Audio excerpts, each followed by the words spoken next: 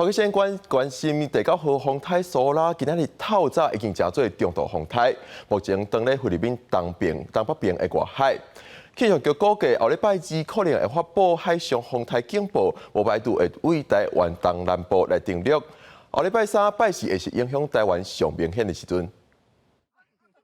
农民将文旦采收落来，随之真紧增箱。婚姻到了上出名的文旦，以前拢是伫27节气白露前后采收。今年因为有轮过，加上天气烧热、水气足，文旦提早成熟。由我农趁风台来进前，赶紧采收，以免先回去了。就是说台风要来嘛，就刚好是我们是比较幸运的，是说在台风来之前就采收起来，这样强风到的时候就比较不利，采收比较困难一点。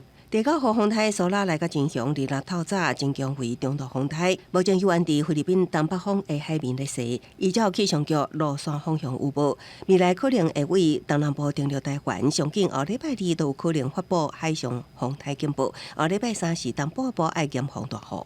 依照这个路径来看的话，最快可能在下周2就有机会发布海上台风警报。至于在陆上台风警报的话，可能还有很大的不确定性，还是取决于它未来的路径比较偏南、偏北，其实都有很大的变化。各国风台路线预报有缘有无同。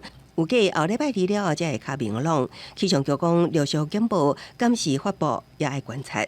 确定的是，苏拉风台也咧增强，风台眼渐渐清楚。有计后礼拜3是会是上倚近台湾的时阵，民众爱做好风台准备。记者综合报道。